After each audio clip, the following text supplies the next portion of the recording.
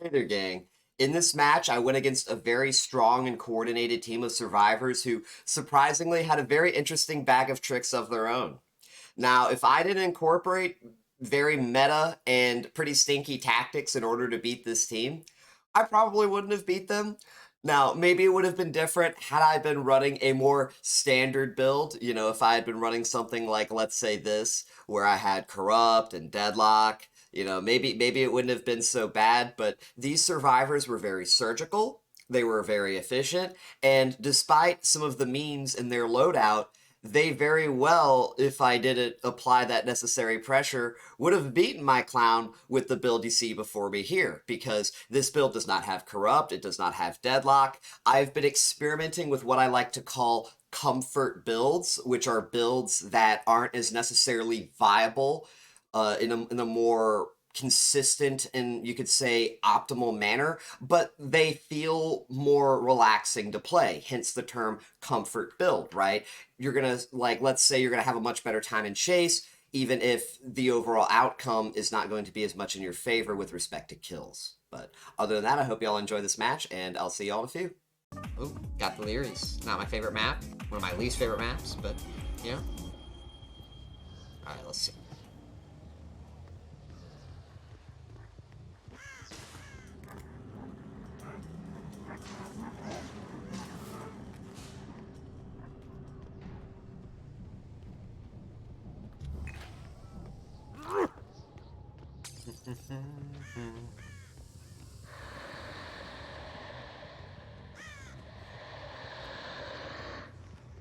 Ooh.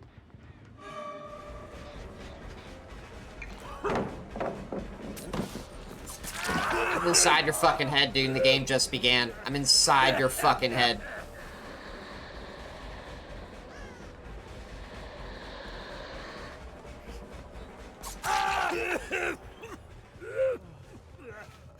Please don't fucking stun me, I earned this. Thank you.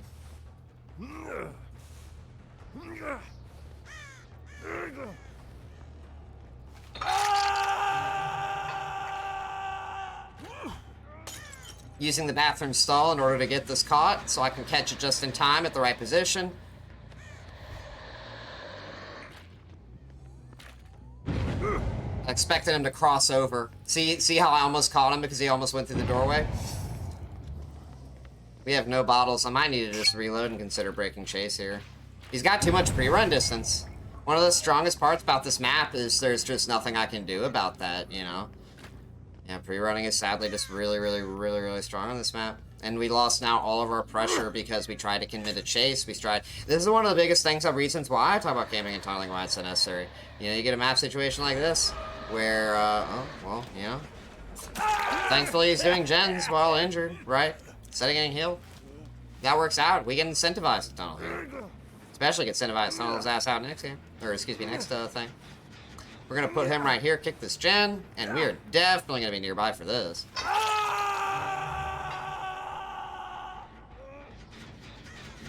Because, yeah, sadly, you know, as much as I really hate to admit it, this is probably one of the weakest parts of the map, other than this palette, and I just can't afford to go for a chase and get pre-ran, you know, as much as I really hate to admit it. Yeah. Pre-running is just way too strong on this map, so we're just going to hold this choke, we're going to hold this hook here. And yeah.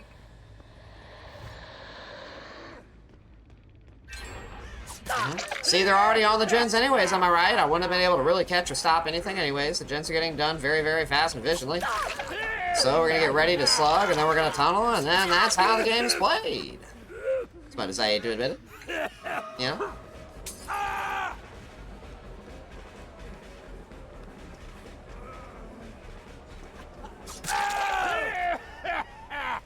Sorry, buddy.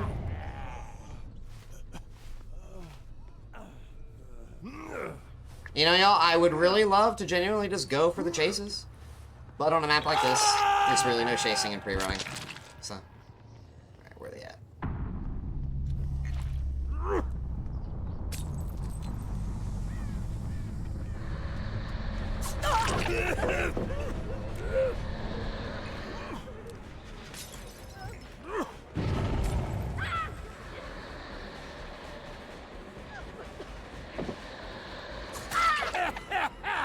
Make sure nobody's nearby. This is a really, really strong hook here. We're gonna be losing the other gen soon, by the way. Y'all notice we haven't seen the other Dwight? Or is that the Dwight? There's the Dwight. There's the Dwight. Good shit. Got double injuries now. Which means we can play off of this. There's another person injured right here, I thought. Oh, that's the fucking slippery meat shit, dude. I respect it. I respect it. I almost forgot they got that. Respect. Oh, dude. He's actually got me fucked up for a sec, I'm not gonna lie. There we go. Not bad, he actually played that pretty well. He got a couple Q stacks out of me.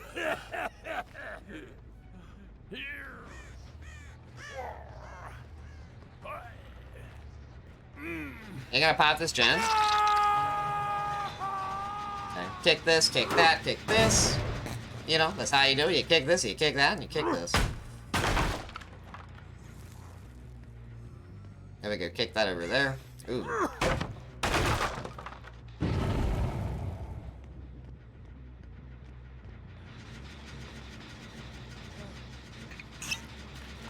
Gotta do this properly, by the way.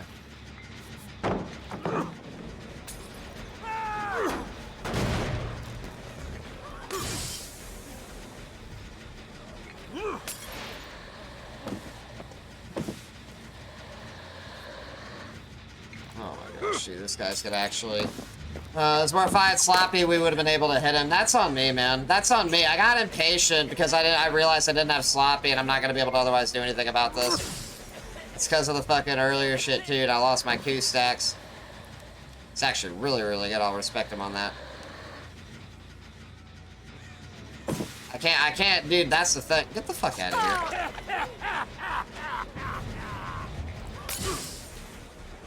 I want to get a health state here. Almost. He really plays the check spot on this well. Perfect! Got him perfectly, perfectly, perfectly. He played that really well, admittedly. And part of why I was doing that, I know we have, of the remaining team, we've got at least a third, then we injured the other part. Holy shit, dude, he mind game. We literally just caught his ass off guard. Let's fucking go. Is that a kill, I think? That is a kill, isn't it? It might be a kill. I wouldn't be surprised if one of the other ones did pop that gen.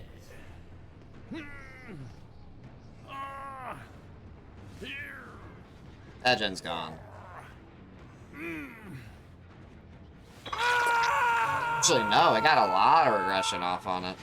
Now that I think about it.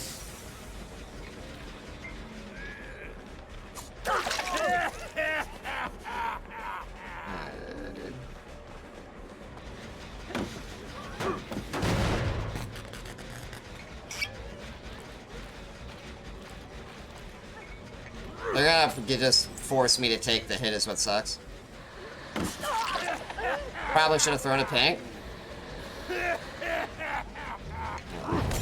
just gonna fucking go two-man that shit, dude. Good shit.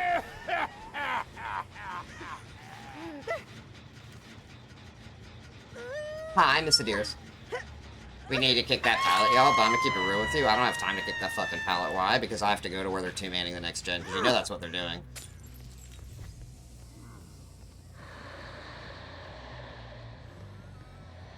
Oh, what the fuck? Please catch her on the sill.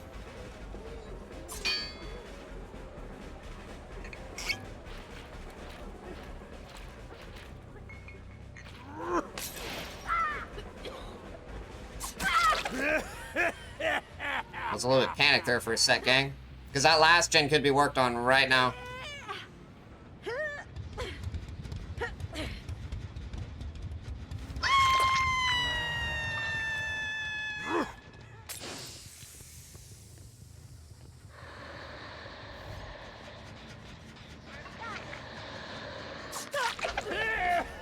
I'm just gonna go tunnel then, I guess.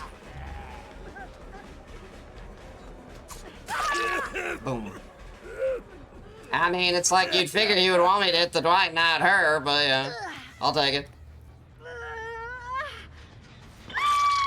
That'd have been good if they had the DS play. I'm not gonna tap at this point because we can confirm a 3K on our next chase commission, so we don't need to worry about kicking gens, especially with how they're split. You know what? I want to chase this guy. I actually want to chase him. Regardless, we will chase him because this is my favorite pad on the map. Ooh.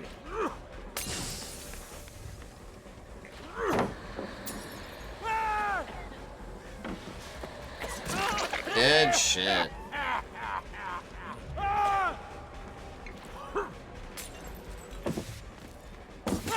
Okay, fuck that up. See, the thing is, he either goes this way or whatever, I catch him with the yellow. But yeah. Good chase, though. He played that other one really, really well.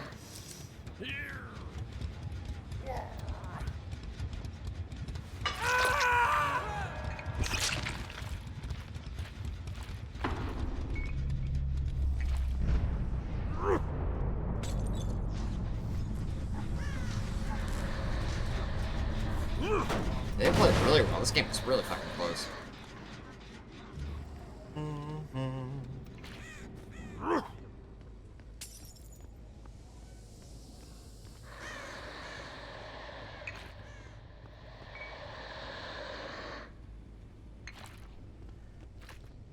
By the way, if we didn't tunnel out that person, we would have lost this game 100%. Like, y'all see how fucking close they got?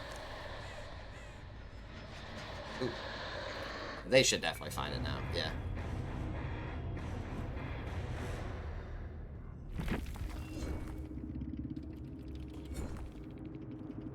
Holy shit, y'all see the builds too?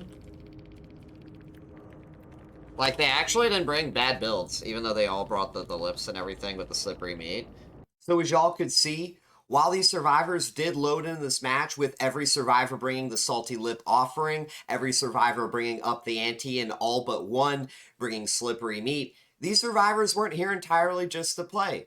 Even though they didn't have a map offering, thankfully, to their advantage, they got Leary's, which is one of Clown's worst maps. In fact, if I didn't have Zanchin Tactics or Cigar Box, if not even possibly both, in addition to incorporating very strong tactics, I very likely would not have beaten this team. I want to be very clear when I say this team did play very well. They really shouldn't be understated. And again, even though they brought the slippery meat and the up the ante, let's look at the rest of their builds. You know, you're looking starting off with the Dwight, he had Resurgence and Resilience, which means that he's, I guess, kind of messing around, but he will be getting that extra progress on these gens while injured, which is something that happens when you unhook yourself by using the self-unhook, right? You know, their whole gimmick is running salty lips with the slippery meat. They're not looking to unhook each other. They're looking to sit on gens, unhook themselves, and then they're going to get on gens with resilience, right? That's why every single survivor but one has resilience. Speaking of which, going on to the next survivor, the only person who doesn't have resilience, what did they bring instead? They brought For the People, Buckle Up, and Made for This. I assume what their hope and plan was, I'll even say, was to not get Leary's. Even though Leary's is a really great map against Clown, especially for survivors that play really efficiently, I think this team wanted to get a map that was more accessible for each other between themselves. And I'll even go as far as to say that they probably would have preferred Dead Dog Saloon over Leary's, because when you are a survivor such as this Toledo who has For the People, Buckle Up, and Made for This, Dead Dog Saloon, it's so much easier for you to assist your teammate than when you're on Leary's. You know, with all of the different rooms, the closed off doors, windows, etc., being harder to call out these comms on where your position is, when you need to go down, when you need help. That is something you won't have on Dead Dog, but you will have that problem on Leary's.